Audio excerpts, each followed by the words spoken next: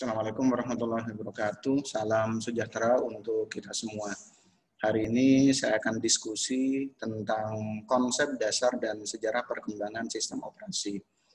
Materi ini biasanya diperoleh di mata kuliah atau materi tentang sistem operasi.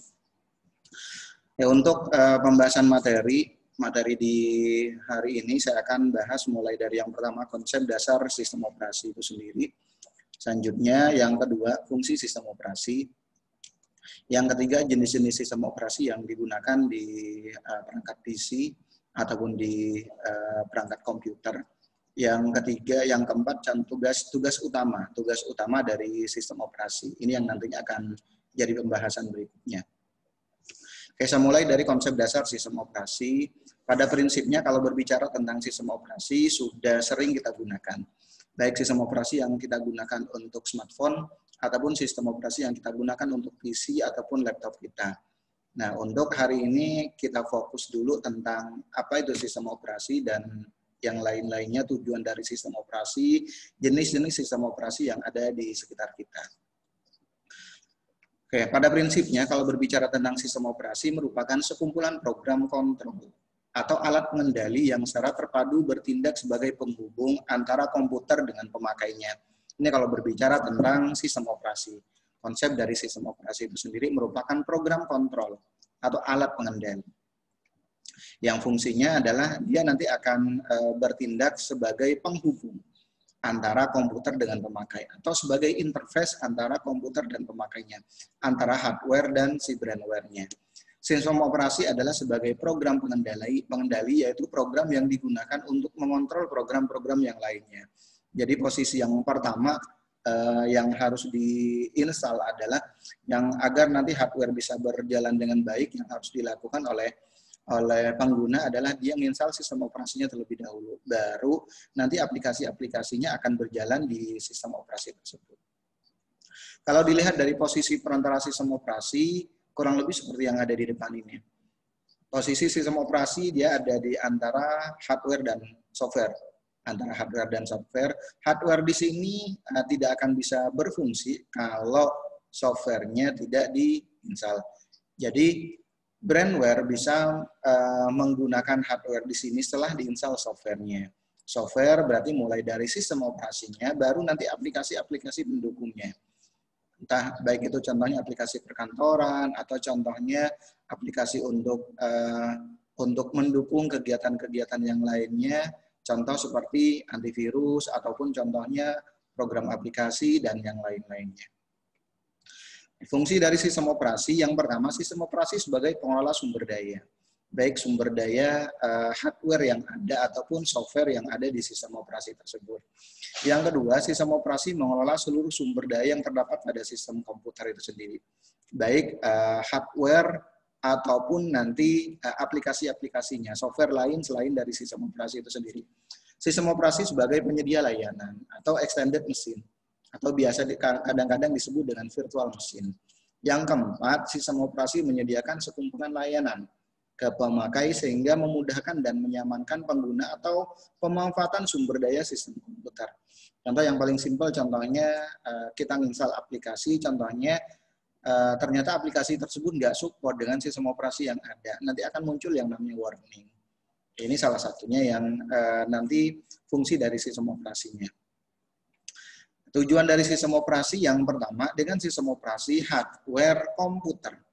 Hardware komputer dapat digunakan seefisien mungkin. Jadi hardware yang ada di komputer nanti akan bisa digunakan seefisien mungkin. Contoh, nanti kita bisa partisi, contohnya dari harddisk yang ada. Harddisknya kalau fisiknya cuma satu, cuman setelah kita install sistem operasi, partisi harddisknya kita bisa partisi minimal lebih dari satu, contohnya kita buat 2 atau contohnya buat 3.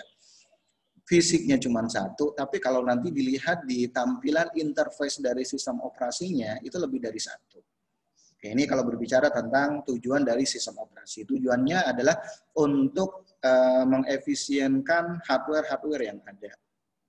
Atau contohnya nanti bisa sharing contohnya dan yang lain-lainnya. Yang kedua, dengan sistem operasi komputer dapat bekerja dengan kode biner yang mudah dipahami dan digunakan oleh pemakai. Kode biner di sini sebenarnya aplikasi atau perintah yang di-hide dan kalau dilihat dari sisi pengguna. Jadi pengguna tinggal menggunakan aplikasi itu sendiri. Contoh yang paling simpel contohnya keyboard. Keyboard kan sebenarnya terdiri dari kode ASCII. Kode ASCII di sini merupakan kode-kode yang memang digunakan untuk menunjang dari hardware itu sendiri, agar nanti bisa digunakan oleh si pengguna. Contoh kalau kalau di kode binarin seperti apa, kalau 2 seperti apa, kalau A seperti apa. Ya, tinggal digunakan saja oleh pengguna atau oleh brandware itu sendiri. Ya, untuk jenis-jenis sistem operasi yang ada di sekitar kita, terutama sistem operasi yang bisa digunakan untuk perangkat-perangkat seperti PC ataupun laptop, kurang lebih saya ambil cuma 5 saja di sini yang nantinya akan saya bahas. Jenis-jenis sistem operasi secara garis besar terdiri dari yang pertama, nanti bisa dilihat berdasarkan interface-nya atau tampilannya. Berdasarkan interface-nya, sistem operasi dibagi menjadi 2. Yang pertama berbasis teks, yang kedua berbasis graphical user interface. Yang kedua, nanti bisa dilihat berdasarkan peruntukannya atau berdasarkan uses-nya. Untuk sistem operasi berdasarkan peruntukannya dibagi menjadi 2, sistem operasi yang biasa digunakan untuk pribadi atau standalone, atau sistem operasi yang digunakan untuk jaringan, atau yang biasa disebut dengan sistem operasi jaringan. Oke, yang pertama contohnya nih, yang sistem operasi yang komersil cuman standalone. Contohnya ya sistem operasi Windows. Contoh mulai dari Windows 98, selanjutnya ada Windows Millennium Edition yang masuk dalam kategori produk gagalnya Microsoft. Ada lagi contohnya Windows XP, ini yang lumayan banyak menghasilkan pemasukan untuk Microsoft. Ini standalone, cuman komersil. Selanjutnya di atasnya lagi ada Windows Vista, di atasnya lagi ada yang namanya Windows 7, terus di atasnya lagi ada yang namanya Windows 8. Ini merupakan sistem operasi standalone, biasanya untuk individu, cuman sifatnya komersil. Ada lagi contohnya yang terakhir yaitu Windows 10. Ini kurang lebih untuk jenis sistem operasi yang standalone cuman komersil. Ada lagi contohnya yang pabrikan dari Mac OS. Mac OS atau yang biasa disebut dengan kalau di sistem operasi yang digunakan untuk smartphone biasanya disebut dengan iOS. Oke, untuk yang macOS di sini dia nggak mau ada pihak ketiga, hardware dan softwarenya harus dari pabrikan tersebut.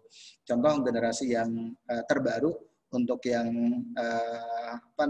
sistem operasi Mac, contohnya yang Catalina yaitu versi 10.15. Ini kurang lebih tampilannya. Oke, selanjutnya graphical user interface standalone, cuman yang open source gitu. Standalone cuman open source banyak. Contoh sistem operasi Linux. Contoh seperti yang ada di depan ini merupakan sistem operasi yang Linux distro Ubuntu contohnya.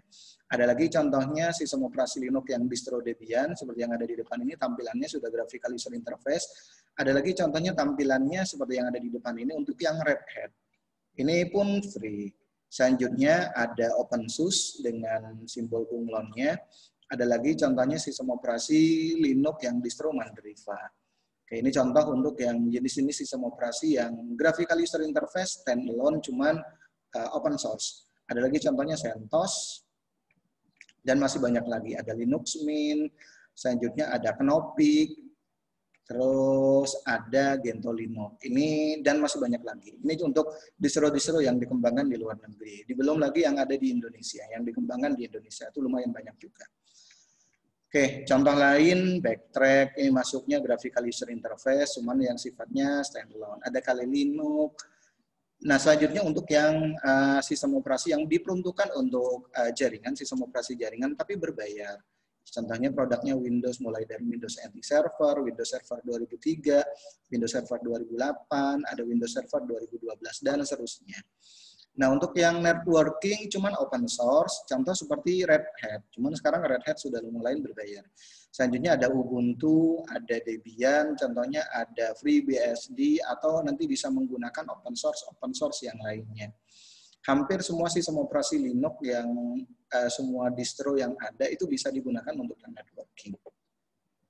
Jadi nanti pada waktu contohnya kalian pengen nge-download yang open source, tinggal dipilih peruntukannya nanti untuk standalone atau untuk pribadi atau nanti buat jaringan. Oke, jenis-jenis sistem operasi yang nantinya akan saya bahas, cuman ada 5. Kalau didetailin secara garis besar, ada 5 jenis sistem operasi yang ada di sekitar kita. Yang pertama ada DOS, yang kedua tentunya Windows, yang ketiga ada Unix, terus yang keempat ada Linux, yang kelima ada macOS. Oke, dengan simbol Apple slot. Oke, saya mulai dari DOS. Sistem operasi yang merupakan cikal bakal dari Microsoft Windows. Ciri khasnya yaitu berupa teks putih dengan latar belakang hitam. Biasanya yang paling simpel kalau kita mengguna Windows, contohnya bisa lihat dari jendela command prompt. Itu tampilan dari DOS. Kurang lebih seperti itu. Oke, ini contoh tampilan dari DOS seperti yang ada di depan ini. Cuman ada 2 warna, yaitu warna hitam dan warna putih. Selanjutnya ada sistem operasi Unix, termasuk sistem operasi yang paling awal ada untuk komputer, merupakan induk dari sistem operasi Linux. Jadi sistem operasi Linux core-nya dia ngambil dari sistem operasi Unix. Dikembangkan oleh A.T. Bell pada tahun 1960 dan 70-an. Unix didesain sebagai sistem operasi yang portable, multitasking, dan multi-user bahkan. Dari tahun 60-an sudah mulai nih, ada istilah multitasking dan multi-user. Tampilan Unix sudah lumayan graphical user interface, cuman untuk sekarang sudah agak jarang yang menggunakan ini. Selanjutnya Windows, sistem operasi yang dikembangkan oleh Microsoft yang menggunakan antarmuka dengan berbasis graphical user interface. Merupakan sistem operasi yang populer. Kenapa? Karena hampir semua orang sudah pernah pakai sistem operasi ini. Contohnya generasinya mulai dari Windows 95, 98, 2000, Millennium Edition, XP, Windows Vista, Windows 7, Windows 8, dan terakhir Windows 10. Contoh tampilan dari Windows XP kurang lebih seperti ini. Ada Windows Vista, ini masuk dalam kategori produk gagal juga. Ada Windows 7, terus ada Windows 8, selanjutnya yang terakhir sekarang Windows 10. Windows 10 ini sebenarnya mengakomodir 2 sistem operasi sekaligus, yaitu sistem operasi Windows 7 dan Windows 8 pada prinsipnya, kalau dilihat dari segi tampilan. Selanjutnya, sistem operasi Linux dengan logo penguinnya pertama kali dikembangkan oleh Linus Torvalds, salah satu mahasiswa dari Universitas Helsinki di Finlandia. Merupakan sistem operasi open source, artinya bisa dikembangkan oleh semua orang. Dengan bebas tentunya. Turunan Linux atau yang biasa disebut dengan distro Linux banyak sekali macamnya. Banyak sekali. Baik yang dikembangkan di luar ataupun di Indonesia. Mungkin Linux merupakan sistem operasi yang paling banyak distronya. Contoh yang lumayan banyak, contoh distro-distro di sistem operasi Linux mulai dari contohnya Debian, ada OpenSUSE, ada Red Hat, Fedora, Slackware, Ubuntu, Backtrack, dan yang lain-lainnya. Contoh Ubuntu merupakan hasil remastering dari Debian. Tampilan Linux Ubuntu kurang lebih seperti ini, bahkan sudah ada yang namanya Ubuntu Software Center-nya gitu. Ini hampir sama seperti sistem operasi yang digunakan untuk platform atau yang biasa digunakan untuk sistem operasi untuk tampilan smartphone ataupun untuk handphone. Jadi ada, kalau di handphone ada yang namanya Google Play-nya atau App Store-nya, tapi kalau di Ubuntu ada yang namanya Ubuntu Software Center. Ini contoh tampilan dari Debian, tampilan awalnya. Contohnya tampilan Linux Red Hat kurang lebih seperti yang ada di depan ini. OpenSUSE tampilannya seperti ini. Ada lagi contohnya Blank On. Ini merupakan sistem operasi Linux distro Blank On yang dikembangkan di Indonesia. Oke, ada lagi contohnya yang dikembangkan di Indonesia juga. Ini merupakan proyek dari pemerintah yang tadinya ingin menghemat anggaran dari pemerintah tujuannya, yang dikembangkan oleh LIPI bekerja sama dengan provider-provider yang lainnya, yaitu IGOS Nusantara. Tampilannya sudah bagus sih sebenarnya dan didukung oleh aplikasi-aplikasi open source yang lainnya. Contohnya untuk perkantorannya didukung dengan yang namanya bukan OpenOffice tapi LibreOffice. Selanjutnya untuk browsernya menggunakan Mozilla Firefox dan Iceweasel. Iceweasel di sini merupakan browser yang dikembangkan oleh pengembang dari Ubuntu dari Debian. Selanjutnya ada lagi contohnya Garuda. Ini merupakan sistem operasi Linux buatan anak negeri. Selanjutnya ada Kuliak. Ada lagi contohnya Dewa Linux. Ini merupakan contoh distribusi Linux atau distro Linux yang dikembangkan di Indonesia. Selanjutnya yang terakhir ada yang namanya macOS, sistem operasi yang unggul dalam grafik. Kalau berbicara tentang graphical user interface ya Kiblatnya sebenarnya dari Mac. Apple merupakan pelopor dalam pengembangan graphical user interface pada sistem operasi. Contohnya penggunaan icon, mouse, dan beberapa komponen graphical user interface merupakan sumbangan yang luar biasa bagi perkembangan sistem operasi berbasis graphical user interface. Memerlukan hardware khusus sehingga tidak dapat diinstal di komputer biasa. Jadi, kalau berbicara tentang macOS, dia nggak mau kerjasama dengan pihak ketiga. Hardware dan softwarenya harus dari pengembang itu. Contoh versinya, contohnya ada macOS X atau yang biasa disebut dengan Tiger, ada Leopard, ada Lion, ada Sierra yang terbaru, Sierra, Mojave, dan Catalina. Ini yang terbaru. Oke, ini kurang lebih tampilan dari macOS, tampilannya hardware dan softwarenya ya harus dari sana. Ini contoh tampilan yang Tiger, kurang lebih tampilan ini dengan menu mata ikan. Kenapa disebut dengan menu mata ikan? Pada waktu kita arahkan kursor kita, biasanya kan agak besar tuh tampilannya. Ini tampilan dari macOS. Selanjutnya ini yang tampilan dari macOS yang Leopard, kurang lebih tampilannya seperti ini. Selanjutnya yang Lion seperti ini. Yang Mojave kurang lebih tampilannya seperti ini. Begitu pula untuk yang Catalina, ini yang terbaru. Oke, tugas utama dari sistem operasi yang pertama, sistem operasi mempunyai dua tugas utama. Yang pertama, mengelola seluruh sumber daya yang terdapat pada sistem komputer. Intinya sebagai resource manager. Yang kedua, sistem operasi sebagai penyedia layanan atau yang sebagai disebut dengan virtual machine. Oke, mengelola seluruh sumber daya yang terdapat pada sistem komputer agar beroperasi secara benar dan efisien. Ini merupakan tugas utama yang pertama dari sistem operasi. Sumber daya terdiri dari yang pertama ada sumber daya fisik dan sumber daya abstrak. Sumber daya fisik itu apa? Contohnya perangkat masukan, contohnya keyboard, barcode reader, dan sebagainya. Keyboard, mouse, dan yang lain-lainnya. Perangkat tunjuk contohnya. Perangkat tunjuk, mouse, joystick, light pen, trackball, touchscreen, dan yang lain-lainnya. Ada perangkat penyimpanan, sekunder, contohnya seperti hard disk. Kalau dulu ada yang namanya floppy disk, ada tape drive, ada optical disk, ada CD-ROM, dan yang lain-lainnya. Perangkat penampil contohnya ya layar monitor, ada LCD, perangkat pencetak contohnya printer, plotter, dan yang lain-lainnya. Ini sistem operasi sebagai pengelola sumber daya fisik. Berikutnya ada perangkat komunikasi, contohnya modem, Ethernet card, LAN card, contohnya, atau kalau di laptop ada yang namanya wireless card biasanya, atau yang biasa disebut dengan PCM, CIA. Perangkat memori, contohnya ada RAM, ada ROM, atau contohnya cache memory, ada register. Selanjutnya ada perangkat multimedia seperti kamera, sound card, radio, dan sebagainya. Ada perangkat grafis, contohnya digitizer, ada scanner.